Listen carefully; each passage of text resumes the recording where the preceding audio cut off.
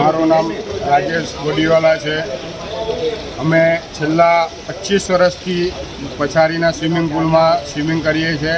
First બેચની અંદર લગભગ 80% સભ્ય સિનિયર સિટીઝનો છે અને એ લોકોને આ ફી વધારો એટલો મોંઘો પડે છે કે એ લોકો આવતા બંધ થયા છે।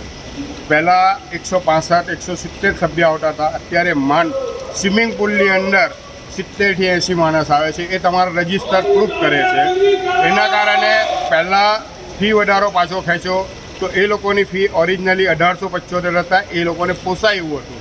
આજે 3375 રૂપિયા થાય છે, તે નહીં ચાલે એમને, કારણ કે દરેક માણસ પેન્શન ઉપર જીવતો હોય, એને કોઈ પેન્શનની આવક વધારાની થઈ નથી એમાં, એના કારણે આવતો બંધ થઈ ગયો છે। અત્યારે સભ્ય ખાલી યંગસ્ટર આવે છે અને એના માટે ફી વધારો પહેલી તકે પાછો ખેંચ્યો। જે જૂની ફી છે તે એગ્રી છે બધા, સભ્ય આવી શકે।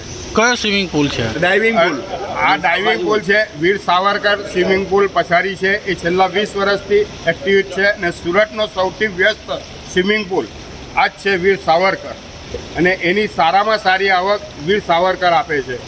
કેટલા ટાઈમથી આ વધારો હતો?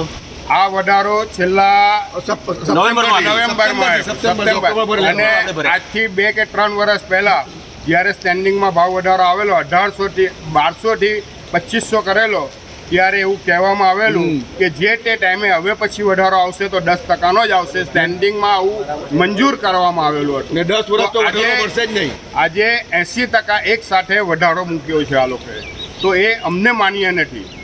અમે એવું વિચારીએ છીએ ભાઈ 10% આપો તો અમે માન્ય ગણીએ છીએ। ઓકે।